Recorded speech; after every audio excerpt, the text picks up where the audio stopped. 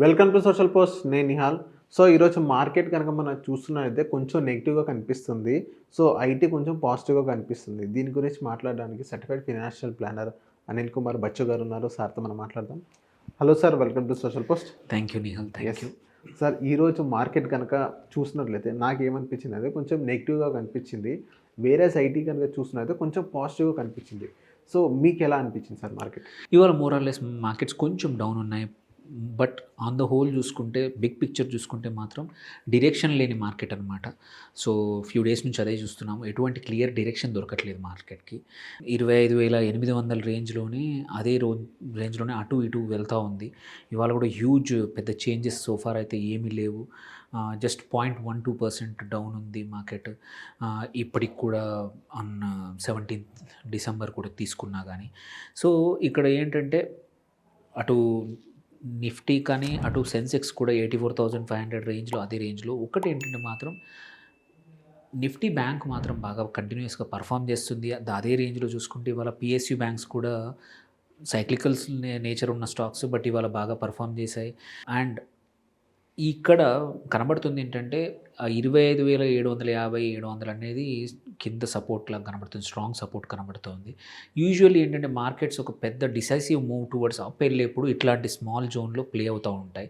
అంతా బాగుంటే ఏంటంటే 2026 స్టార్ట్ అయ్యాక markets can have a very good momentum వచ్చే అవకాశం ఉంది. అండ్ ఇంకొకటి అబ్జర్వ్ చేస్తున్నాం ఏంటంటే ఒక 15 రోజుల క్రితం వరకు మార్కెట్ ర్యాలీ ఏదైతే జరిగిందో ఒక 8-9 స్టాక్స్తో లార్జ్ క్యాప్ స్టాక్ ర్యాలీ జరిగింది. బట్ లాస్ట్ ఫ్యూ డేస్ నుంచి కొంచెం బ్రెడ్త్ పెరిగింది, అంటే more stocks are participating.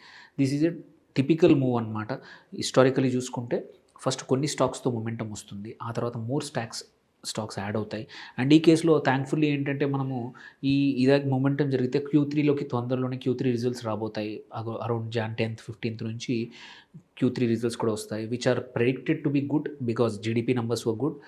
And GST తీసేశారు, సో లాట్ ఆఫ్ కన్జంప్షన్ పెరిగింది. వాటి యొక్క ఫలితాలు అనేది పక్కా ఈ Q3 results will be, at least prediction is good.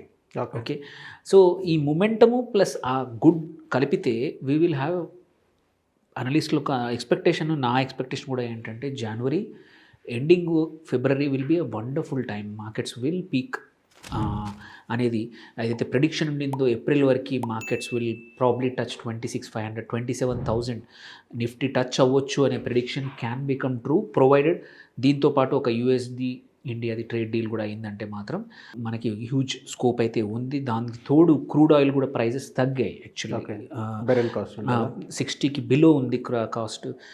So అది కూడా ఒక అడ్వాంటేజ్. సో ఇవన్నీ చూసుకుంటే మాత్రం we are poised for very good rally. But అంతకన్నా ముందు కొన్ని రోజులు ఇట్లా సైడ్ వేస్ మాత్రం కదలచ్చు. అండ్ ఇవాళ చూసుకున్న నేను చెప్పిన దాని ప్రకారం ఏంటంటే లీడర్స్ మాత్రం నిఫ్టీ, పిఎస్యూ బ్యాంక్స్ అదొక 1.3 ఇండెక్స్ పెరిగింది. మోస్ట్ ఆఫ్ ద స్టాక్స్, అందులో ఎస్బీఐ వండర్ఫుల్లీ గ్రో అయింది. అట్లాగే మెటల్స్ కూడా కొంచెం రిలేటివ్ స్ట్రెంగ్త్ చూపించినాయి. అందులో లార్జ్ క్యాప్స్ ఇండాల్కో కానీ, ఆల్సో ఏంటంటే కొన్ని ఆటో స్టాక్స్ మాత్రం ఐషర్ మోటార్స్ ఒకటి కూడా ఒక 1.3% పెరిగింది. శ్రీరామ్ ఫైనాన్స్ కూడా ఒక 1.6% పెరిగింది. అండ్ స్టాక్స్ విచ్ అంటే కొంచెం అండర్ పర్ఫామ్ చేసిన స్టాక్స్ కానీ, సెక్టర్స్ చూసుకుంటే మీడియా కానీ, అండ్ హెల్త్ కేర్లో కొన్ని స్టాక్స్ కానీ, life insurance stocks like HDFC life, ఇవి కొంచెం ఇవాళ there was some pain. Important thing ఏంటంటే రూపీ షాక్ ఎస్టర్డే 91 క్రాస్ అవ్వడం అనేది కొంచెం పెద్ద షాక్ లాగా వచ్చింది. దాని తర్వాత ఇవాళ కొంచెం ఆర్బీఐ కూడా ఇంటర్వెన్షన్ అగ్రెసివ్గా ఉండింది. అందుకే ఒక 0.6% యూఎస్డి మళ్ళీ తగ్గి 90.5 దగ్గర ఇప్పుడు ట్రేడ్ అవుతోంది యూఎస్డి అన్నారు. సో స్టిల్ ఈ మంత్కి తీసుకుంటే డిసెంబర్లో ఆల్రెడీ 2-3% రూపీ వాల్యూ ఇది జరిగాక కూడా ఇంకా తగ్గింది. ఈ ఇయర్లో చూసుకుంటే 6-7%. ఈ లెక్కను చూసుకుంటే we are worst performing currency in Asia.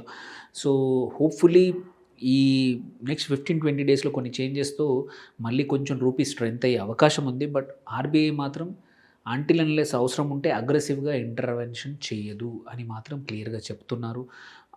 సిస్టమేటిక్గా స్లోగా డిప్రిషియేట్ చేయడానికి ట్రై చేస్తూ ఉన్నారు, ఎక్స్పోర్ట్స్ పెంచడానికి.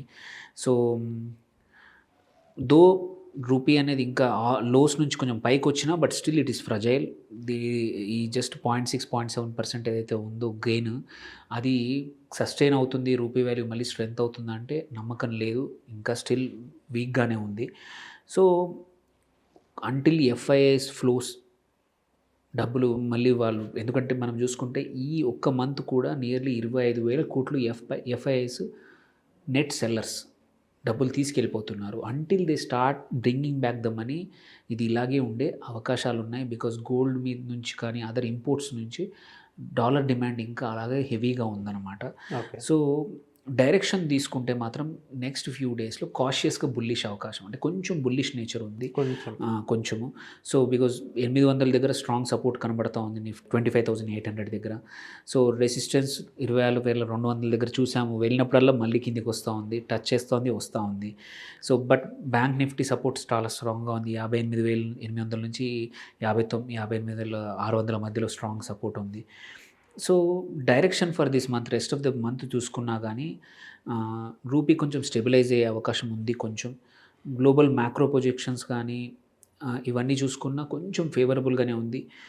సో బ్రాడ్గా మోర్ స్టాక్స్ పార్టిసిపేట్ చేస్తే మాత్రం we can see a sums push.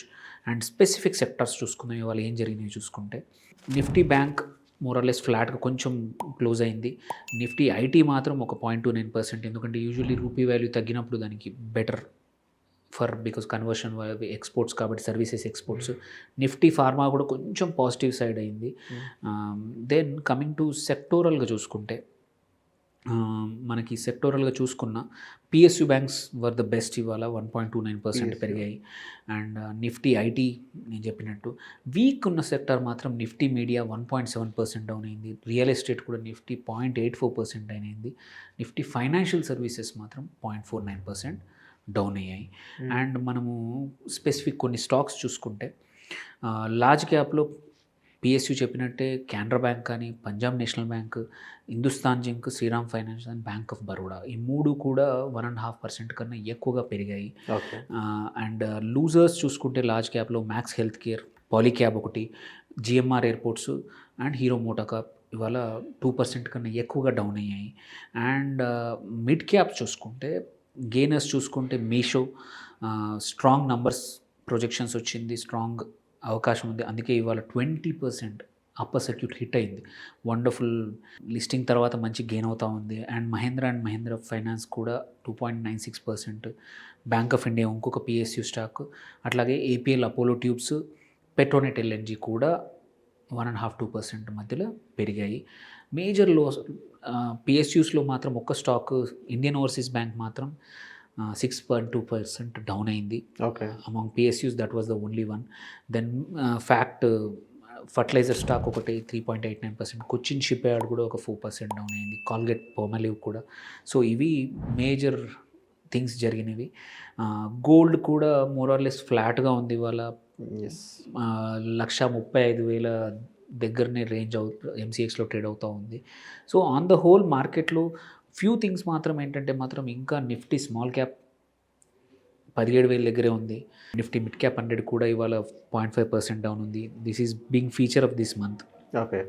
Large cap కన్నా కూడా మిడ్ అండ్ స్మాల్ క్యాప్స్లో ఎక్కువగా పెయిన్ కనబడుతూ ఉంది. అందుకే పోర్ట్ఫోలియోస్ ఎవరికి కూడా ఫ్లాట్గా ఆర్ డౌన్లో ఉంటున్నాయి కానీ పాజిటివ్లో రావట్లేదు. బట్ భయపడాల్సిన అవసరం లేదు. యూజువల్లీ లార్జ్ క్యాప్ తర్వాత నెక్స్ట్ వచ్చే cycle usually mid and small క్యాప్స్తో ఉంటుంది. సో నెక్స్ట్ 15-20 డేస్లో పరిస్థితులు మారచ్చు అనేది మాత్రం అగుపిస్తుంది. Okay. So thank you sir, మా సోషల్ పోస్ట్ వచ్చినందుకు. Thank you.